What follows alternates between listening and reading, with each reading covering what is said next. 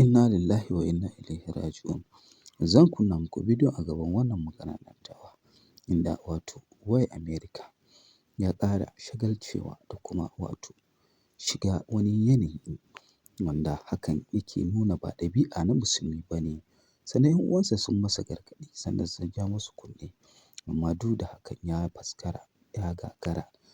Bari in kunna muku ku ji da kunnuwanku sannan ku gani da idanuwanku kafin nan ku danna mun subscribing da alamar ƙararrawa. Yanzun nan na hau gidan waya America na ga yana marke alkan live.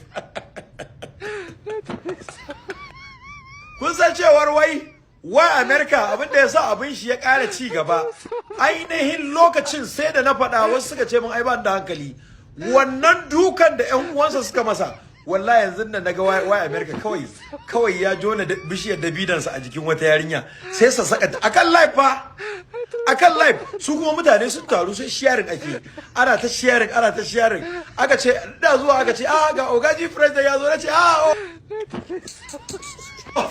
a lokacin wanda suka mai dukan wata aka ba su. In mutum yana abu na wani kuskure ko na wani laifi, musamman yan uwanka jiki za su janyo ka, su nuna maka so, su nuna maka wata hanya, wani upgrading, wani yanda social media ma ka using ɗinsa wisely. Ba ku yaga ba, sai kuka je kuka rufe shi da duka to kun ga wannan duka da kuka masa, to anan ne kuka rikita wai America hankali. Ni bana zagin mutum, bana taba zagin mutum. Ni yanzu su wai America ma sun yi daidai saboda talaucin Najeriya ko talauci yana bubbuga kan mutane gwaram. Wallahi wai America ku yi harka kuri babu ruwa na. Ni dai ba zan iya abin da kuke din ba, gaskiya ba zan iya ba. Yauwa ni ma din da nake aure, ni ba aure nake yi amma still ba dai da zagi na ba. Ka gani ni da nake aure nake yi ba amma zagi na ake. To kun gani ku da baba kai ku ci gaba da abun ku ci gaba. Auren malam Bahaushe a yau, auren malam Bahaushe ai mugun matsala ne. Auren malam Bahaushe ne zai dinga hada aure da aure. Kun gane auren malam Bahaushe mugun matsala ne. Wajen kulawa da iyali, wajen kaza. Zaka iya ganin mutum da babbar riga amma matan shi a cikin matan auren shi da ƴaƴan shi a cikin masifa suke.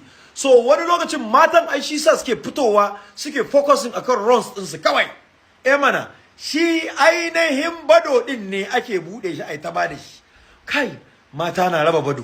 Kutuma Zarmalulu ba karamin dukan bado yake ba. Kutuma bado yana shan duka. La ilaha illallah. Da fatan dai kun ji irin maganganu da kuma zantuka da shi G-Fresh yake faɗa akan wai America.